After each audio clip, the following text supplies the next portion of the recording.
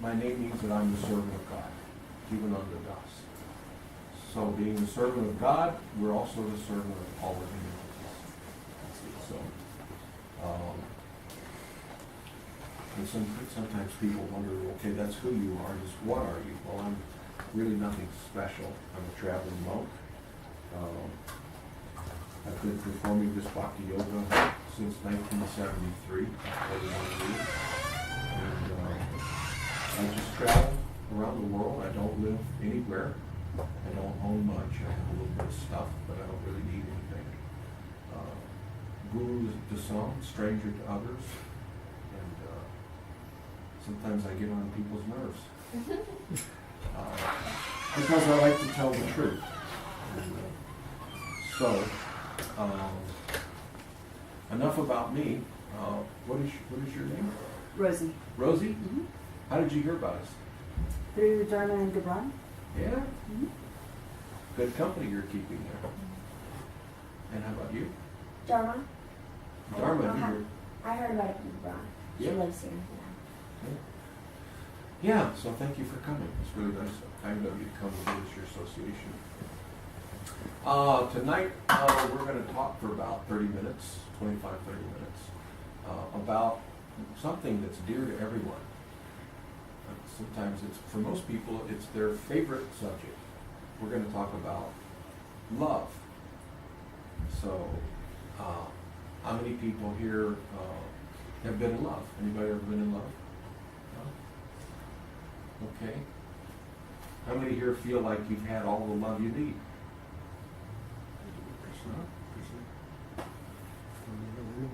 How many have ever felt unloved or underloved?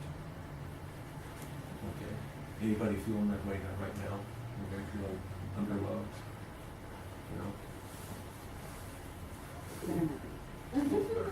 So we're going to talk about that. What is this love that we hear about? This subject, love. We in the material world, we're under the influence of the material energy. And so typically in the material world, we've all come here from the spiritual world. We're all living entities, we're spirit souls, and we find ourselves in this material world. But our true identity is that of eternal living entities. We're souls. We're the soul, we're not the body. And sometimes I have a trick question where I ask, does anybody believe they have a soul? Show of hands. Believe you have a soul? See, I warned you that was a trick question. Okay. How many of you believe you are a soul? Aha, see, gotcha. So that's what we're doing. We're working on our consciousness. I'm not a body that has a soul. I'm a soul that has a body. See, I'm eternal. This body, as you get older, the material world starts to prove to you that you're not immortal. When I was in my 20s, I thought I'd live forever. Now that I'm deep into my 60s, I know that's not true. So, it's easier to understand as you get older that I'm not this body. This body is perishable. See? It's going to wear out and it's going to return to the elements. It'll decay and go away someday. But I, the living entity, the Jivatma, the soul, I'll live on. I always have. Krishna says in Bhagavad Gita, never was there a time when you did not exist, and never will there be a time in the future when you'll cease to exist. You're unborn, eternal, and primeval. You're not slain when the body is slain. Someone kills the body, the soul goes on. Where does the soul go? What do you think happens to the soul at the time of death? Anybody want to venture it? What do you think? No idea. Finds a new body. Exactly. Finds a new body. Just like when our cars wear out. When your car wears out, you get a new car. When the guy at the repairman says, "No, this is a goner, you can't fix it. It's junk." Then you don't lament. You say, "Oh, what the heck with that? You just go get a new one." And then when you get the new one, you think, "Hey, this is great." Wow. And then after a while, you know, when you get a new car, it's got that new car smell, you know, and it handles so nice, rides so nice, it doesn't rattle or anything.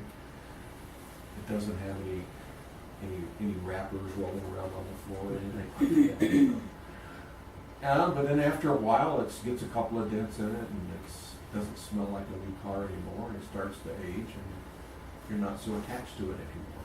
So this is the nature.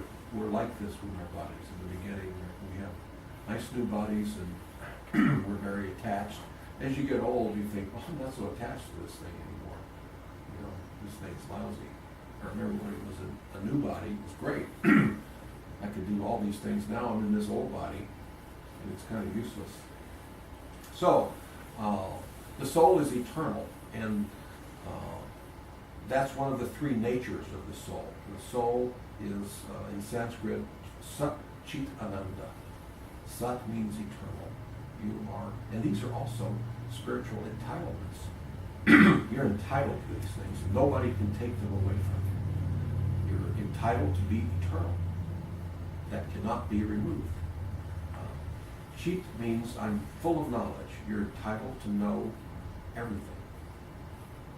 And Ananda, you're entitled to always be blissful, which is more than happy. Blissful includes happy and satisfied plus some to infinity. So that's your entitlement as a soul. So you may be thinking, well, hold everything, time out here, Swami, or whatever you are.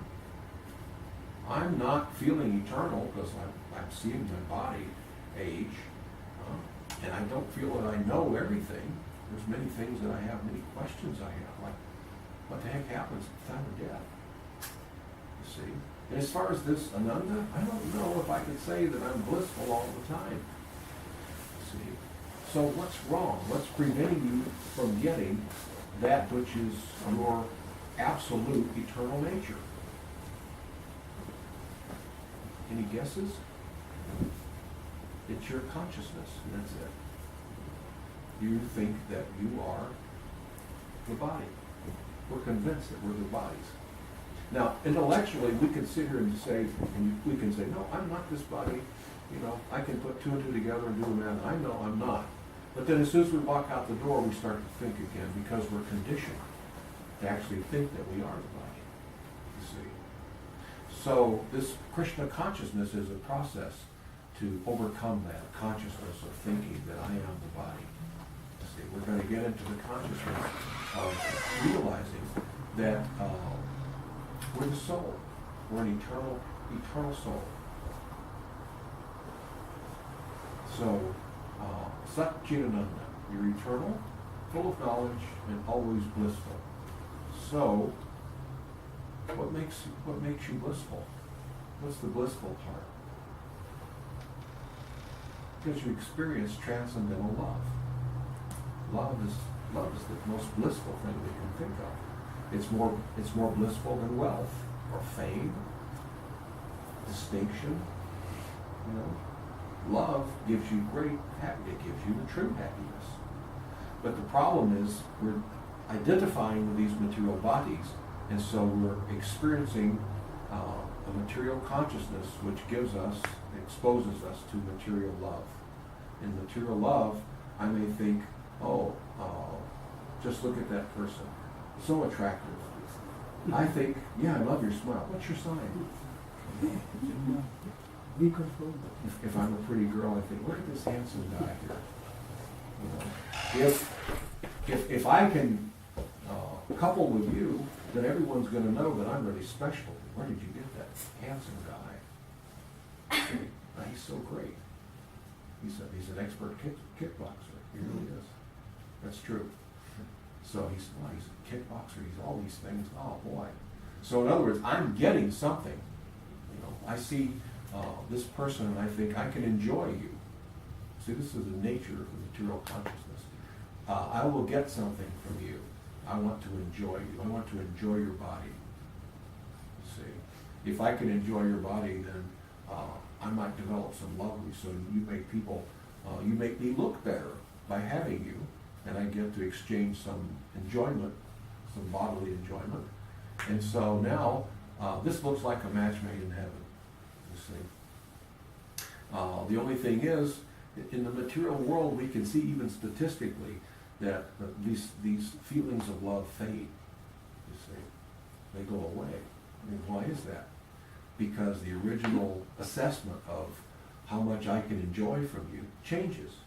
I start to say, well, you know, so much we've enjoyed, but you know, you're not 23 anymore, you know, but I found that girl there or that guy there, and they're younger, and I think I could enjoy them more than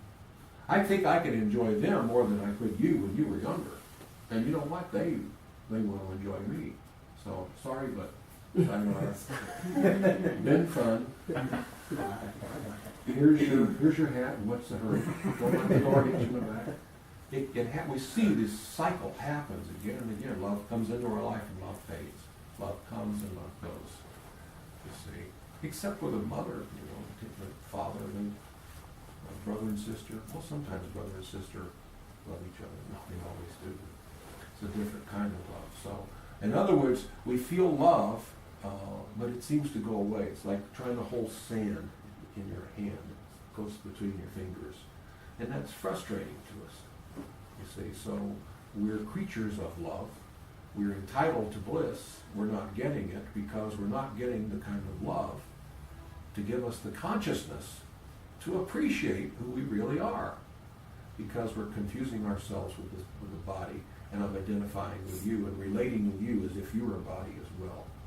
So this purpose of Krishna consciousness is to transcend this bodily consciousness and come to the platform of soul realization, to realize that I'm an eternal living entity.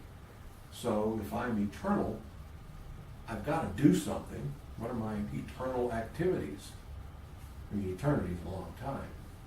So what do I do in this liberated? If I could get out of this bodily consciousness, what would I be doing?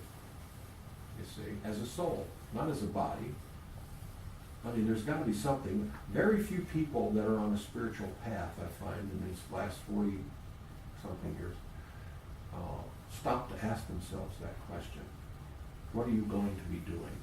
Some people say, I want to go merge. I want to merge into the light. Oh, that sounds very wonderful. What will you and the light do? Well, we're going to, well, it's going to be great. I mean, we'll do what we want to do, you know. Never thought about that, you know. It's not one of the boxes that I checked. So what will my activity be, you see? You ever notice if you have an appointment like at a doctor and you show up at the doctor's office, they tell you be here at 2 o'clock. And you show up and you're even a little early, you know, because you got forms to fill out and everything. And so you get there, you get all the forms filled out, and you think it's 2 o'clock, and nothing happens. And there's waiting room full of people, maybe 2 or 3 other people in there. 2:30 comes and you're not in the doctor's office. You're sitting there, and what are you feeling? Boredom. You know, there's old magazines there, and if there's coffee, it's last week's coffee. It's, you know, so maybe you've got your phone with you, but you can't get good reception or something or whatever. So you're getting bored. So we need activity. You know, we need constant activity. So the soul is active. So what do we do in the liberated stage? So we try to teach people, what is your eternal position? You are an eternal something. You're an eternal, loving servant of the Supreme Godhead, of God. Now, not a menial servant, a loving servant. Now, some people think of servant, well, that's a nasty word. I don't want to be a servant. That's minimum wage. You know? Cooking and cleaning and, you know, I want to be served. I want to serve. But it's our nature to be servants, you see. It's our nature. We enjoy when we cause others to enjoy. In the material consciousness, we've got that upside down and backwards. I think that I want to enjoy. And I think you should help me to enjoy. And if you do, then I'll have some affection for you. If you don't, I don't really need you. You see, I'm just eliminating you because I don't get any enjoyment from you. But that's backwards. We, the living entity, are not enjoyers. We are the enjoyed. We enjoy by being enjoyed.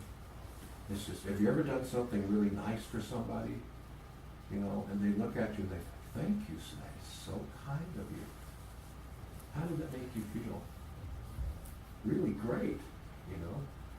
Better than if you've done something for yourself. It's like if you buy a nice gift for somebody that you care for, and maybe they didn't get you anything, but you got them this nice gift, and they had this deep appreciation.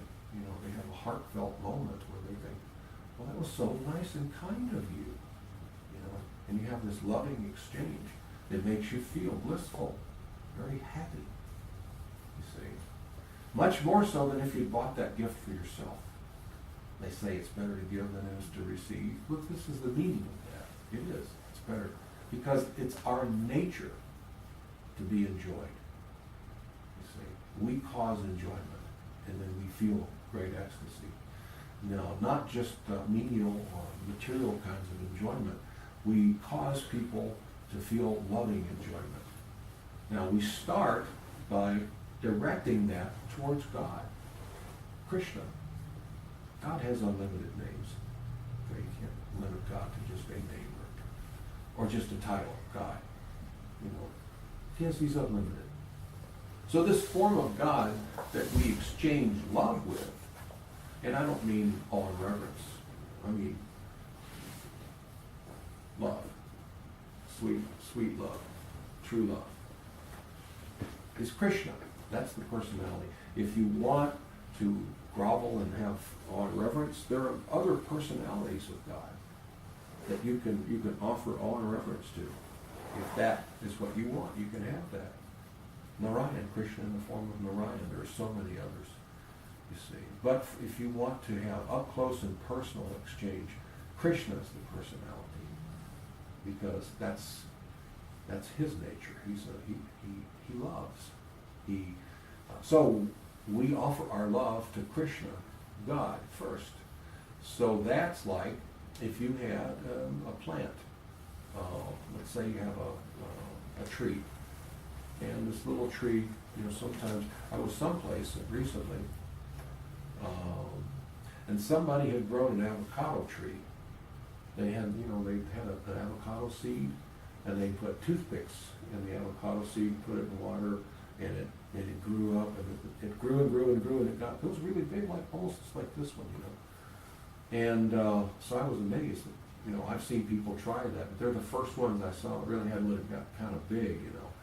So if you have a plant like this, or an avocado tree, and let's say some of the branches are getting kind of dry, so you realize, well, it needs water. So if I pour water on the branch, it doesn't do it a lot of good. I've got to pour the water on the root, and if I water the root, then all the twigs and branches will get taken care of, you see. So if I want to learn how to love, I direct my love to the root, God. I learn to love God. When I'm learning to love God, I start to learn to love all living entities. Not just the human beings, all living entities on an equal basis. And I find myself loving, you see. It's not that I am underloved or unloved. That's erroneous. We've never been unloved, none of us, because Krishna has always loved us. We've always had access to the supreme love, the topmost, the granddaddy of all love, the storehouse of love, the origin of pure love, with no strings attached.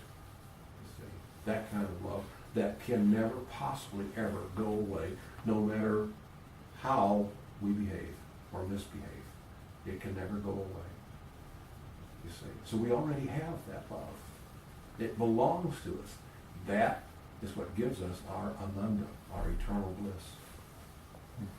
But we've forgotten who we are, We've come to this material world, and we've forgotten about our relationship with God.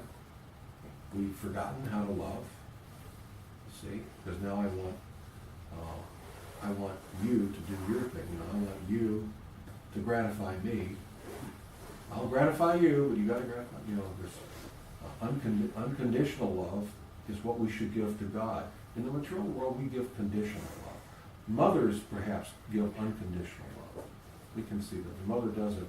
It's like when you get out of college, your mother doesn't give you a bill. It's like if you go to the restaurant and you dine all night and party, at the end that gives you the bill. Well, mom doesn't do that. She's raised you, changed your diapers, and done all this stuff, and taken you to soccer, and put you through college, and now you've graduated, and you've got this big job, making a lot of money. Mom doesn't say, okay, here's your tab. We take American Express and MasterCard.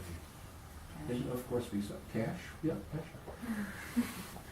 It doesn't happen. See, it was unconditional. There were no strings attached, except she wants you to be happy. So, Krishna's love is this way, and our love is this way in the spiritual consciousness. We love, and we can expect to be loved back. Why? I'm overloved as it is. I'm loved by the Supreme Lover. He's my lover. No one can match the love of Krishna. You see? I'm okay with that. I'm not unloved. I thought I was at one time. I never was. You see? So in other words, the living entity starts to feel, I'm okay in that department. I'm not needy like that. But gosh, I love you. And someone may look at you and say, yeah, well, I don't love you. That's okay. You don't have to. That doesn't stop me from loving you. I have the right. I can love you if I want to. Well, what do you love about me? I just do. I don't have to have a reason. If I have a reason, it could be tainted a little bit.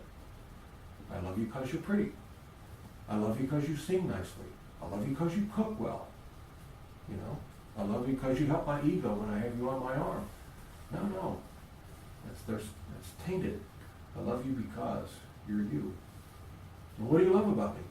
Your way. The thing that the way you are. You see. We can look at people, we can understand there's no one that's unlovable. Everyone is lovable. Even people we think might be a jerk. If we get to know them, we'll see that there's a lovable side to every living entity. You see. We have to change this expectation that I want from you. I want you to, I'm going to give you some love, but I better get 100%, probably 101% return on my investment. 150% would be better. I mean, I'd really like to have you love me more than I love you, but we'll work on that. But today, I'll just take even Steven. You see, that's tainted. We have to learn how to love openly. You see, when we get like that with the Supreme Lord, we have surrendered to Him. And that's not a very attractive word, surrender. That's what you do when I send my army into your country and drop bombs and starve you to death, and you say, okay, we surrender. But surrender, when you add the element and the ingredient of love, is very sweet. That's what lovers do. Krishna wants you to surrender. Why? Because he wants to surrender to you. It's a reciprocal, you see. So Krishna's waiting for us to say, my dear Lord, I love you dearly. I always have, and I'm starting to remember that. And so I just beg that you never let me forget that again. And Krishna says, that's so sweet. I've been waiting billions of years to hear you say that. Birth after birth, as you're going through this world trying to enjoy it. I thought someday you will say those words to me again, like you used to before you left.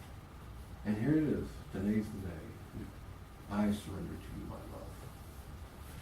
You see. So, this is the nature of Krishna. Krishna is waiting for us to offer the surrender so he can reciprocate. When you offer loving devotional service to Krishna, it's like you own him.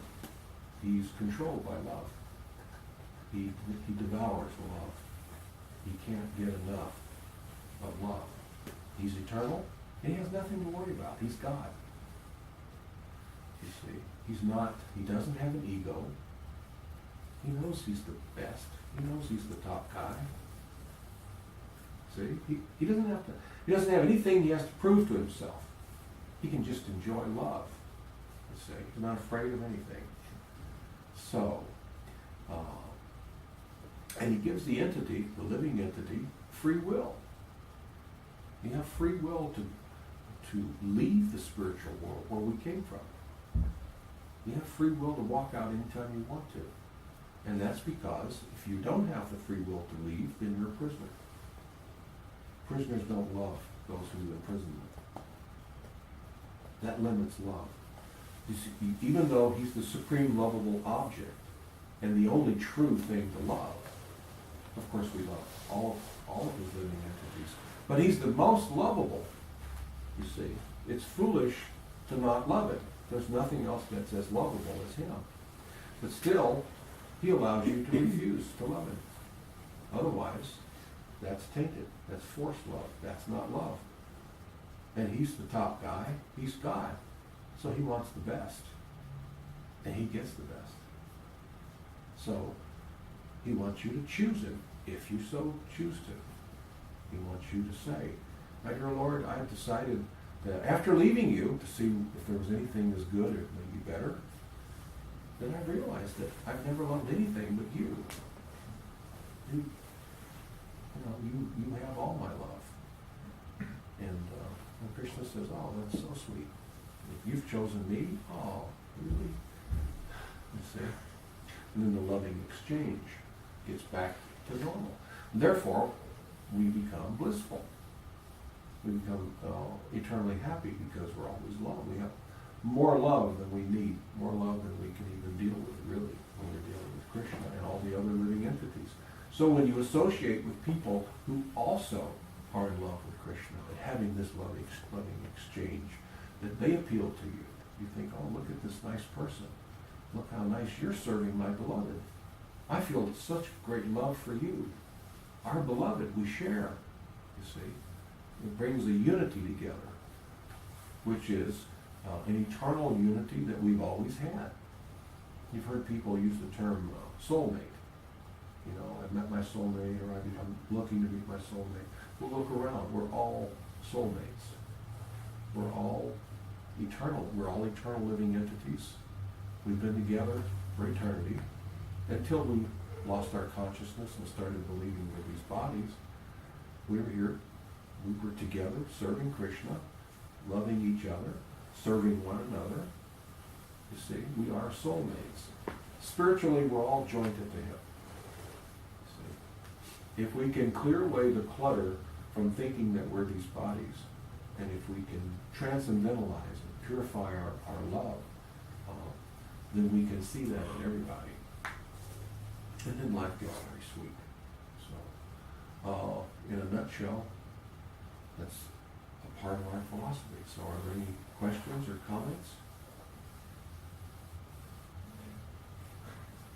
About a year ago, you explained at the dinner table in a restaurant, it was burned in my mind like a tattoo, about when we, in the spiritual world, when we wanted to come to this, a family. Be perfect and never wear out. Nothing would wear out. So as he reaches that element of time to give a duration to everything. If it wasn't for that, your car would last forever. 9 years in, and I'm just finally dawning in that, even something like this is Krishna's energy. I always think of Krishna in the supernatural sense, the paranormal, and okay, my soul's wonderful too, but all of this energy is part of it. These atoms of Krishna. Everything. There is nothing that came from nothing. Nothing comes from nothing. That's what comes from nothing. Nothing. Yeah. The source of all sources is God. He from which everything emanates. So if you can see it, or even know that it exists. It came from him. But he has different energies. You see, this four is part of his energy, but it's part of his inferior energy. And we're part of the marginal energy because we're just like him. We're the same analysis, chemical analysis as him. But when we come in contact with material energy, we have a tendency to become covered over, contaminated by it. We start to, it's just like when Krishna comes to this material world, he says, wow, look at this world I created, you know. When we come here, we think, oh, look at this place, this is my home, I am part of it. Oh, this is me, I am my body. You see, we think of this world as something special. And there's nothing very special about this place, it's temporary. For an eternal living entity, even, let's say that this material world has a duration of 450 billion years. 540, I forget the life of Lord Brahma. But let's say that this material world has a life of 540 billion years. All right, for an eternal living entity, that's nothing. That's like that. So this whole world, all the cosmos, the planets and everything, had a beginning, has its duration, has its end. And then another one will start. You see. See, there's some confusion. Some people think that there was God, and he was in darkness, it's dark, and he's alone. Can you imagine God sitting at home in the dark alone?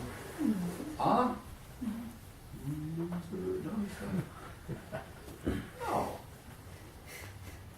He's always been happy. He's never been alone. You know, we're eternal. He always had us. So we've always been there. So, and then all of a sudden here he is in the darkness and he's all by himself, so he creates this world, he creates light, and he turns on the lights. So, what kind of a mood was he in? Instead of home alone in the dark, so he turns on the light, and then he creates the world. Never done it before. This is the only time he's ever done it. You know, in all this world, there's Earth, which is the only place where there's life. And then on Earth, there's this one particular religion or this one particular race, and that's special. See, I'm a white guy, or I'm a Jew, or I'm a Baptist, or I'm Russian, or I'm Hispanic, so I'm special. We're more special. This is material consciousness. See, I'm so special. All of a sudden, he created this, and then it'll be destroyed, and none of it will be here. He's always had these material worlds going on. They have their duration. When one is time to annihilate one, he puts another one right back. Does it all again. And it's been going on eternally. You see. We have a tendency, because we have material consciousness, to think that everything, even God, has a beginning, a duration, and an end. You see. His mercy, his love. No, it's always been an eternal situation.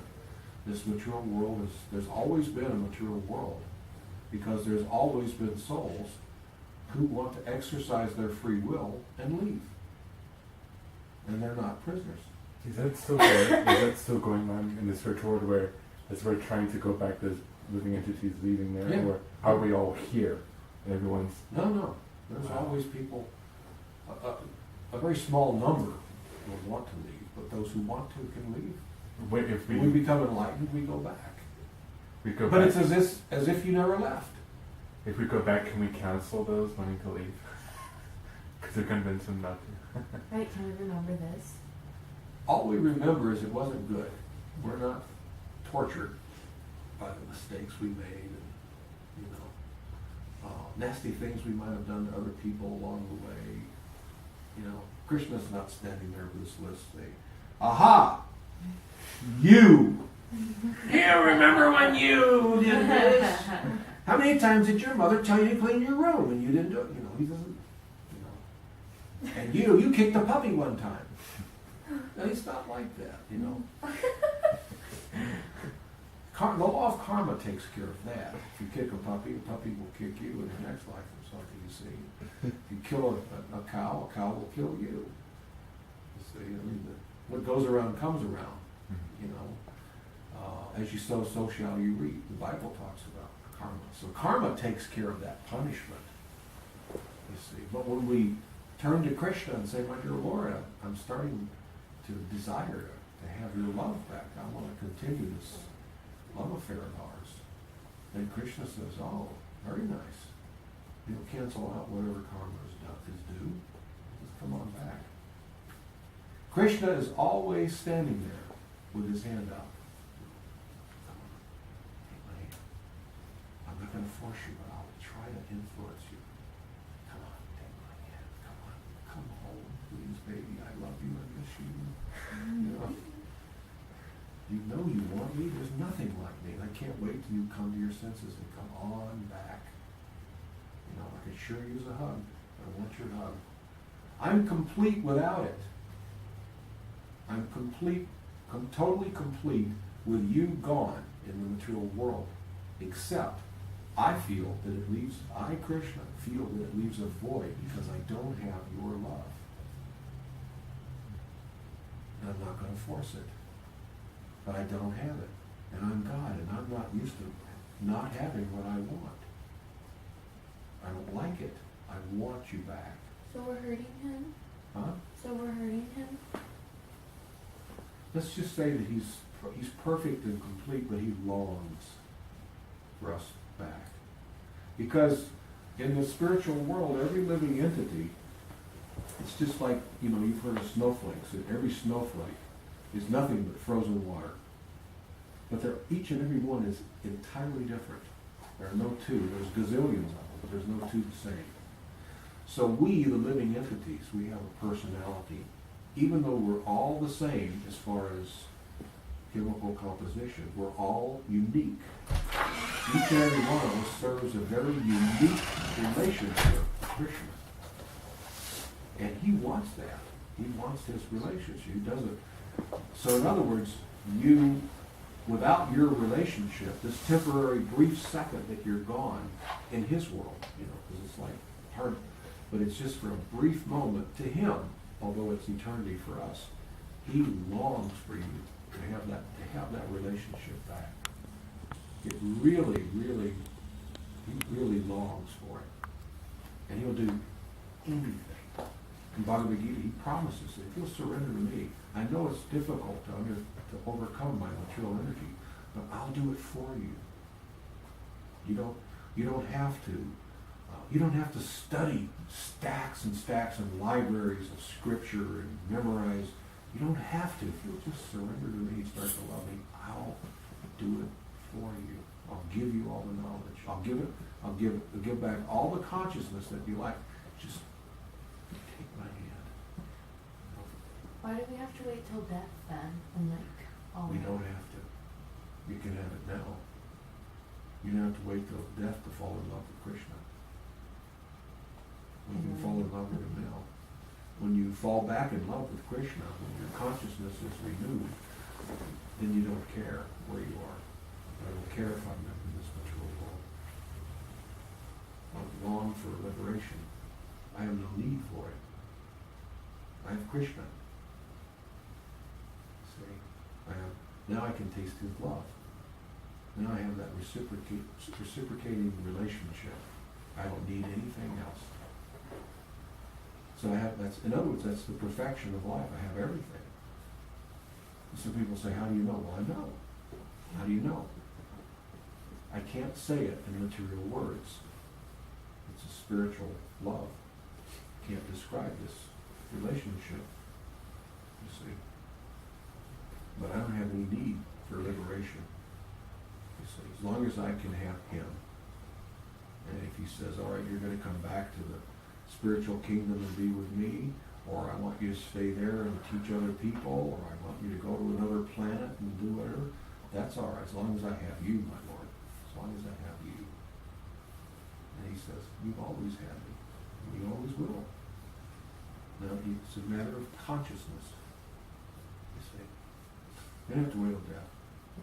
There's no roll the dice. If it doesn't work, that's what I always tell people, you know, give it a shot. Yeah, the proof is in the taste of the pudding, you see. And it's indescribable. There's no way we can describe it, because what if you had never tasted sugar ever in your life, or honey, or anything sweet? Nothing sweet, ever. And I'm trying to describe to you how it tastes. You're going to say, sweet, you mean? Wow, it's really sweet. It's like really, here, taste it. And then when you taste it, you say, oh, okay, I get it.